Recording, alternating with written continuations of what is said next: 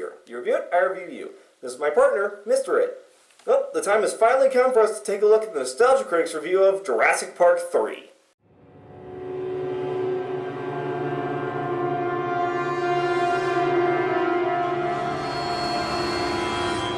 Critic! Dude! Looks like the critic's getting just as tired of the raptor head as I am.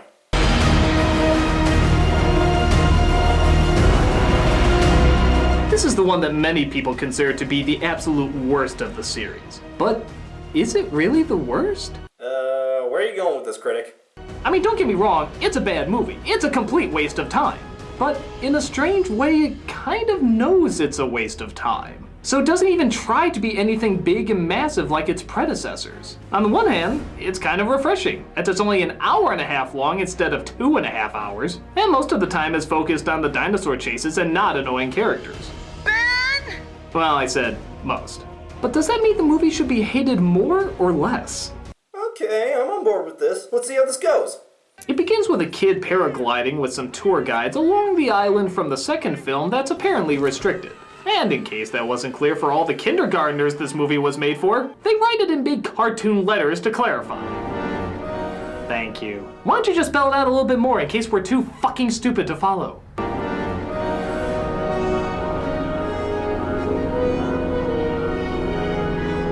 Not frowny face bad! This leads us to Dr. Grant, a man who says he has no interest in returning to Jurassic Park unless he's paid a shit ton of money. He's played by Sam Neill, a man who says he has no interest in returning to Jurassic Park unless he's paid a shit ton of money. Hey, can't fault good casting. Good casting or typecasting? Mark's been working for the State Department now. Yeah, what do you do, Mark? Yes, what do you do aside from pumping out children for my baby-obsessed former girlfriend? To be fair, it's not like he filled the position. You wouldn't want to get onto Isla Sorna and study them if you had the chance? No force on earth or heaven could get me on that island. That's right, no force on heaven or earth could possibly get him on that island. Except for the exact same thing that got him there in the first one. I could write all kinds of numbers on this check, Dr. Grant. There is nothing quite as wonderful as money, money, money, money. I got it, forgotten. And if you look down below, you'll see the leftover animation from The Land Before Time 6. I think those films were at number 38 by this point. When he wakes up, he finds out that the whole point of this journey wasn't to just go sightseeing, but to bring back their son who got lost while paragliding. They also have little to no money, are currently divorced, and really enjoy annoyingly shouting their son's name. Do you think this island is the police office from Home Alone? I don't think you can just randomly find someone by shouting across the road. Well, it is possible for their son to hear them. What's a bad idea? What was that? George of the Jungle, what do you think? It could have been a friendly one. All right, you guys go ahead. I'm gonna keep looking for you in here. Oh, hey, I see what you did there. So it didn't see them leave the plane.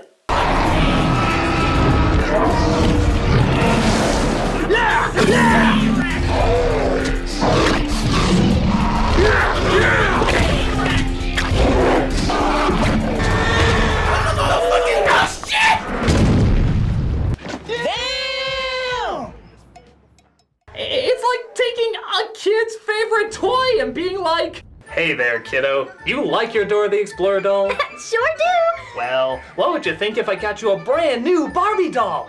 Oh, that's okay. I love Dora. No, you love Barbie. I'm pretty sure I love Dora. Oh, look at that, Barbie killed Dora. Now you have to love Barbie. Poor Dora! You will care nothing for her. You instead love your Barbie doll. I don't want to! You will love her! No, Daddy, no!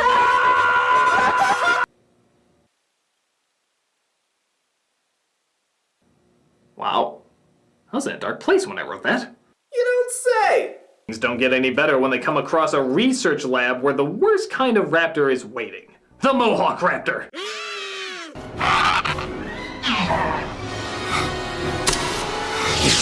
Oh no! Maybe we should have actually eaten him instead of looking at him for a couple seconds. I just wanted another one to say clever girl. Julie! I'm sorry. It was just so cool when he said it. I just wanted to hear somebody else say it again. You are so insecure, Julie. Shut up! You shut up! As you once said, raptors are very egotistical.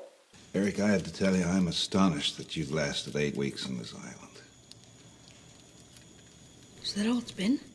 Okay, I'm all for strong kid characters contributing more to a story aside from being a helpless waif, but 8 weeks on his fucking own? On a goddamn island filled with dinosaurs? Why the hell did we even need to rescue this kid? We could just drop a bunch of paper clips and a balloon and he'd have an army-style raft in a millisecond. Okay, there's survival skills, then there's MacGyver. They shouldn't be saving that kid, he should be saving them! Well, he kinda is.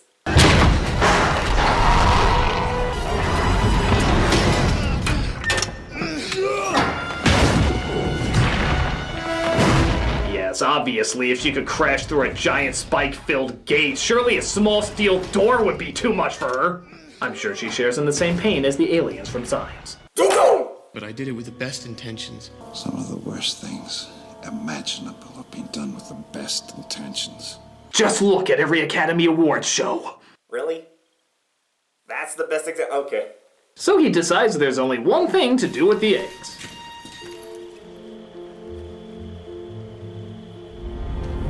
Destroy it! That is probably my favorite reference gag in the entire review. So Indiana Schmo tries to leave them out safely, but guess what the fuck they come across? More dinosaurs! You don't say.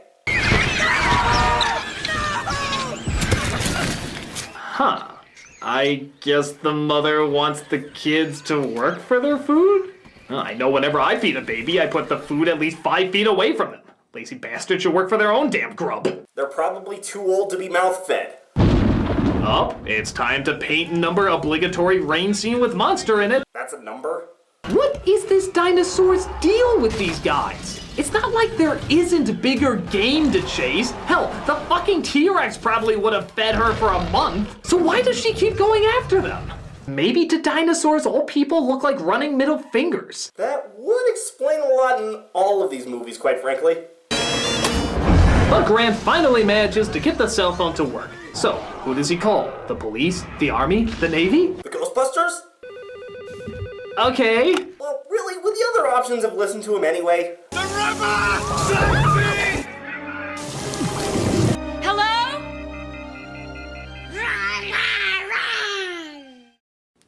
Well, to be fair, that was scarier than most of the other dinosaurs in this movie. Except, of course, the motherfucking T-Rex. Okay, these are built up as like the greatest hunters. Why do they always just look at them instead of attacking them and or getting their eggs back? What is this, some kind of power trip for them? Again, very egotistical. But, of course, Grant manages to communicate with them via bullshit horn. The translation might have gotten a little jumbled though.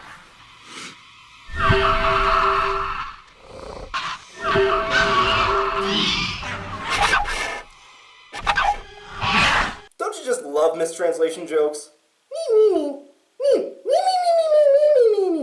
They manage, of course, to get away and come across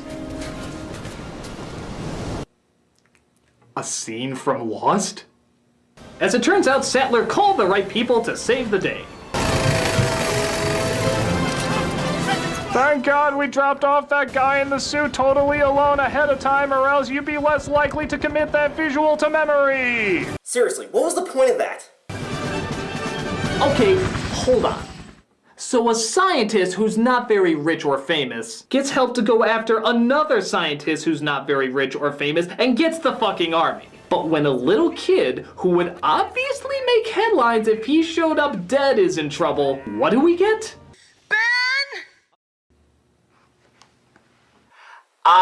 Bullshit! Bullshit! Just like that megaphone, which is obviously an old lamp.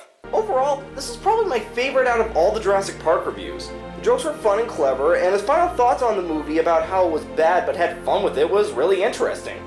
Definitely a good one to check out. There, we're done! Are you happy now? Oh no. I believe you are forgetting one. The most recent one. You mean? Yes.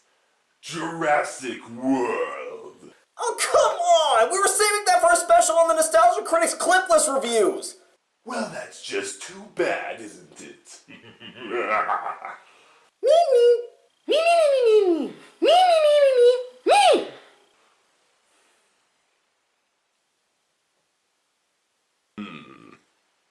I knew